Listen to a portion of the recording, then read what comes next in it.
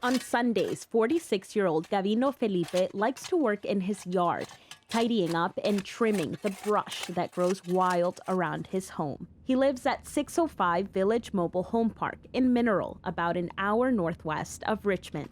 Felipe, who works fixing machinery at a nearby factory, shares this trailer with his sister and niece, and for the last 6 years, he's called this place home. Entonces, váyanos explicando a dónde viven personas que... Aquí vive una persona de Salvador, creo, una familia, pero creo que ahorita no están, porque no está el otro carro.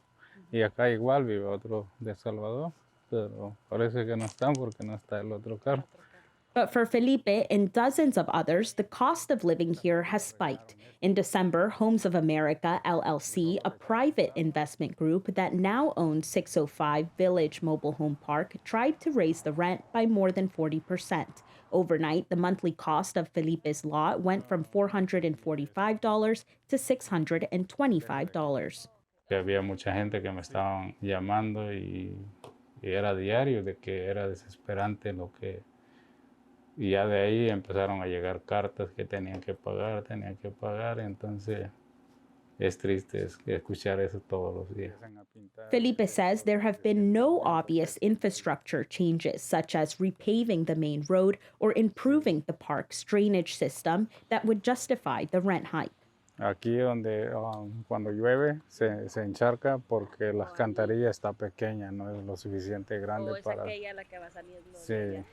Sí me preocupaba porque al ver que la renta estaba bien elevada, entonces subieron $180 de un solo y sin avisar.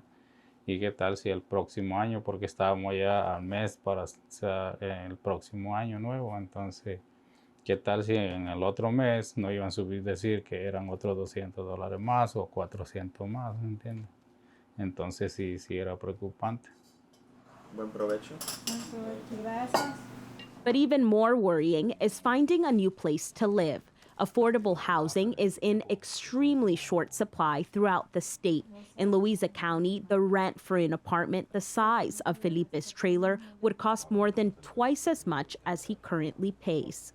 Felipe owns his trailer, but he does not own the land it sits on. And despite the popular term mobile home, his house, like most trailers in these parks, can't be moved. Gustavo Espinosa from Legal Aid Justice Center has been working with Felipe and the residents of the park. Living in one of these communities is a very precarious position to be in because especially if you're a homeowner, you've invested or you're investing like thousands and thousands of dollars. You bought a trailer, but you don't own the land underneath it. So the landlord can just not renew your lease, or they can offer you a lease that's something that would be impossible for you to pay. And you have to leave, and because the trailers are more or less stuck, you would lose that investment unless you could sell it. En primer lugar es difícil porque si yo no tengo dónde ponerla, entonces ¿a dónde la muevo? No tengo para dónde irme y eso es difícil. No solo para mí, sino que para muchas personas que tienen hijos, hay madres que viven con sus hijos en las trailers y eso es muy difícil.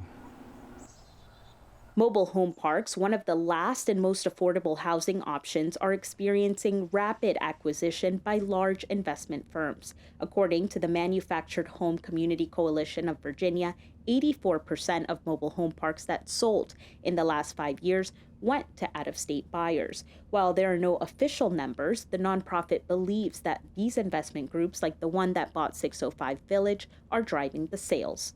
This follows a nationwide trend of private investors aggressively acquiring a portfolio of wide-ranging businesses, from hospitals to daycares to newspapers, and squeezing deep profits out of them. So a lot of those challenges and struggles really center around that these parks may be sold to outside corporations that are not even Virginia-based, and that they will have new landlords who will raise rent exponentially, and that they will not be able to remain where they have been living for many, many years. Senator Ghazala Hashmi has proposed legislation that would incentivize mobile home park owners to sell to nonprofit groups rather than to private corporations. That bill has not yet passed.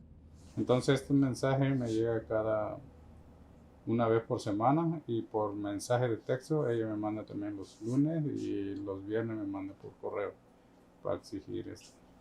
Felipe says residents at the park are harassed each week with rent reminders like these. And others, like his neighbor, Georgina Gonzalez Gomez, says new owners are trying to buy her family out. Esta carta me lo mandaron hace un mes y nos dice que si nosotros ya no queremos seguir viviendo aquí en esta traila y que no podemos pagar la cantidad de 625, que nosotros vendamos de regreso la traila a ellos, pero que ellos vienen a examinar la traila en qué condiciones están, dependiendo cómo ellos lo ven, nos pagan y ellos dan el precio, cuánto nos van a pagar. Felipe says he's already seen some neighbors move out, leaving behind empty or abandoned trailers. Pues me sentiría triste.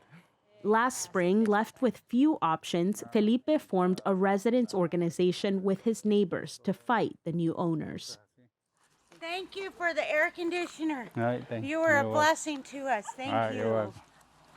¿Les dio usted un aire acondicionado? Sí, mi reacción fue de buscar ayuda legal y por eso estamos tan involucrados los abogados ya ahorita.